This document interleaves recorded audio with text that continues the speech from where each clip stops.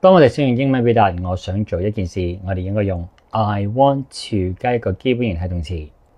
I want to go to Japan. I want to have Korean food. I want to buy this car. I want to watch this movie. 同樣道理喺問題裏面呢，亦都需要 to 呢個字嘅。Do you want to go to Japan? Do you want to have Korean food? Do you want to buy this car? Do you want to watch this movie? 當我哋回應呢啲問題嘅時候，尤其是係一啲否定嘅回應呢，我哋就可以簡化一啲，就好似我哋廣東話會講嘅我想，但係咁喺呢一度呢，就係出現問題嘅地方啦。當我哋香港人去諗我想或者我想啊，好多人呢會講咗 I want， 咁但係呢一個呢係文法唔正確嘅，我哋應該講 I want to， I want to。所以我想啊，但係我哋應該話 I want to, but do you want to go to Japan?